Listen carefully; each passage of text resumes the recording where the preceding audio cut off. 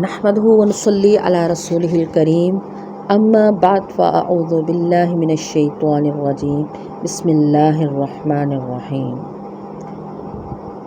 اللہم صلی علی محمد وآلہ وبارک وسلم اللہم افتح علینا حکمتک وانشر علینا رحمتک یا ذا الجلال والاکرام۔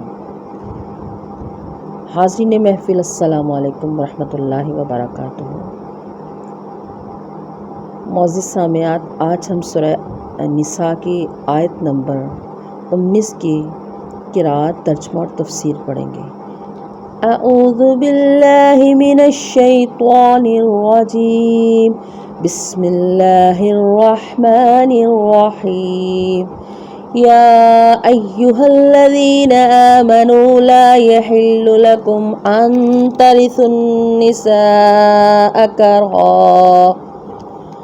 ولا تعدلوهن لتذهبوا ببعض ما آتيتموهن إلا أن يأتين بفاحشة مبينة وعاشروهن بالمعروف فإن كرهتموهن فعسى أن تكرهوا شيئا ويجعل الله فيه خيرا كثيرا۔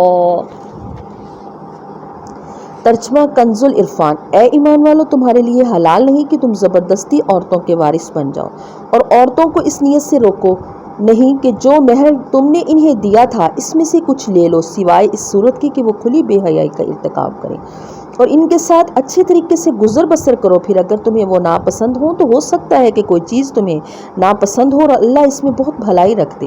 لا یحل لکم ان ترثوا النساء کرہا، تفسیر سراۃ الجنان میں ہے، تمہارے لیے حلال نہیں کہ تم زبردستی عورتوں کے وارث بن جاؤ۔ اسلام سے پہلے عرب کا یہ دستور تھا کہ لوگ مال کی طرح اپنے رشتہ داروں کی بیویوں کے بھی وارث بن جاتے تھے، پھر اگر چاہتے تو مہر کے بعد بغیر انہیں اپنی زوجیت میں رکھتے یا کسی اور کے ساتھ شادی کر دیتے، ان کا مہر خود لے لیتے، یہاں انہیں آگے شادی نہ کرنے دیتے بلکہ اپنے پاس ہی رکھتے تاکہ انہیں جو مال وراثت میں ملا ہے وہ ان لوگوں کو دے دیں، اور تب یہ ان کی جان چھوڑیں، یا عورتوں کو اس لیے روک رکھتے کہ یہ مر جائیں گی تو یہ روکنے والے لوگ ان کے وارث بن جائیں گے۔ الغرض وہ عورتیں ان کے ہاتھ میں بالکل مجبور ہوتی ہیں اور اپنے اختیار سے کچھ بھی نہ کر سکتی۔ اس رسم کو مٹانے کے لیے یہ آیت نازل ہوئی۔ لِتَذْهَبُوا بِبَعْضِ مَا آتَيْتُمُوهُنَّ، تاکہ جو مہر تم نے انہیں دیا ہے اس میں سے کچھ لے لو۔ حضرت عبداللہ بن عباس رضی اللہ تعالیٰ عنہما نے فرمایا، یہ آیت اس شخص کے متعلق ہے جو اپنی بیوی سے نفرت رکھتا ہو اور اس کے ساتھ بدسلوکی اس لیے کرتا ہو کہ وہ پریشان ہو کر مہر واپس کر دے یا مہر معاف کرے۔ اس سے اللہ نے منع فرمایا۔ ایک قول یہ ہے کہ لوگ عورت کو طلاق دیتے پھر رجوع کر لیتے پھر طلاق دیتے، اس طرح عورت کو لٹکا ہوا رکھتے تھے، وہ نہ ان کے پاس آرام پا سکتی تھی نہ دوسری جگہ شادی کر کے گھر بسا سکتی تھی، اس کو منع فرمایا۔ بیویوں پر ظلم ستم کرنے والے غور کریں، یہاں جو حالات زمانے جاہلیت کے بیان کیے جا رہے ہیں ان پر غور کریں کہ کیا انہی حالات پر اس وقت ہمارا معاشرہ نہیں چل رہا۔ بیویوں کو تنگ کرنا، جبری طور پر مہر معاف کروانا، ان کے حقوق ادا نہ کرنا، ذہنی اذیتیں دینا، کبھی عورت کو اس کے ماں باپ کے گھر بٹھا دینا اور کبھی اپنے گھر میں رکھ کر بات چیت بند کر دینا، دوسروں کے سامنے ڈانٹ ٹپٹ کرنا، لتاڑنا، جھاڑنا وغیرہ۔ عورت بیچاری شوہر کے پیچھے پیچھے پھر رہی ہوتی ہے اور شوہر صاحب فرعون بنے آگے آگے جا رہے ہوتے ہیں۔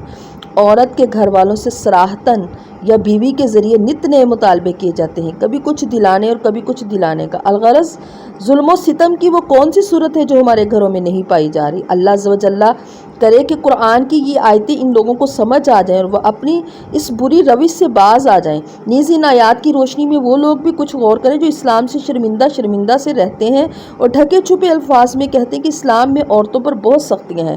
وہ دیکھیں کہ اسلام میں عورتوں پر سختیاں کی گئی ہیں یا انہیں سختیوں سے نجات دلائی گئی ہے۔ فَعَسَىٰ أَن تَكْرَهُوا شَيْئًا، تو ہو سکتا ہے کہ کوئی چیز تمہیں پسند ہو۔ گھروں کو امن کا گہوارہ بنانے کے لیے ایک بہت عمدہ نفسیاتی طریقہ بیان کیا جا رہا ہے۔ بیوی کے حوالے سے فرمایا کہ اگر بد خلقی یا صورت اچھی نہ ہونے کی وجہ سے عورت تمہیں پسند نہ ہو تو صبر کرو اور بیوی کو طلاق دینے میں جلدی نہ کرو، کیونکہ ممکن ہے اللہ تعالیٰ اس بیوی سے تمہیں ایسی اولاد دے جو نیک اور فرما بردار ہو، بڑھاپے کی بے کسی میں تمہارا سہارا بنے۔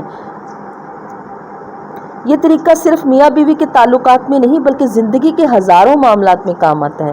اس طریقے کو مثبت ذہنی سوچ کہتے ہیں، یعنی اگر کسی کام یا چیز میں خرابی کی کوئی صورت پائی جا رہی ہے تو اس کے اچھے پہلوؤں پر بھی غور کر لو۔ ہو سکتا ہے اچھے پہلو زیادہ ہوں یا اچھا پہلو زیادہ فائدہ مند ہو۔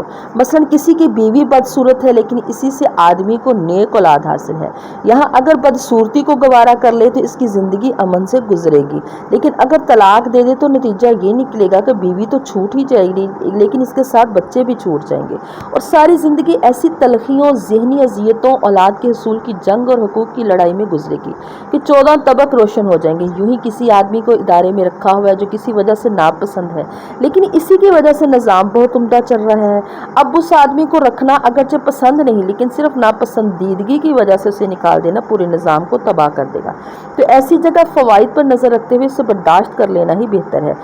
یہ دو مثالیں عرض کی ہیں، ان کو سامنے رکھتے ہوئے زندگی کے بہت سے معاملات کو حل کیا جا سکتا ہے۔ ہماری زندگی کی بہت سی تلخیاں خود بخود ختم ہو جائیں گی۔ آدمی پریشانیوں کی بجائے نعمتوں کو سامنے رکھے، یعنی آدمی اگر ایک تکلیف میں ہے تو اسی وقت میں وہ لاکھوں نعمتوں سے سینکڑوں کامیابیوں میں بھی ہوتا ہے، تو کیا ضرورت ہے کہ پریشانی اور ناکامی کی یاد تو اپنا وظیفہ بنا لے اور خوشی اور کامیابی کو بھولے سے بھی نہ سوچے۔ اس نسخے پر عمل کر کے دیکھیں، انشاءاللہ العزیز عز و جل زندگی میں خوشیاں ہی خوشیاں بھر جائیں گی۔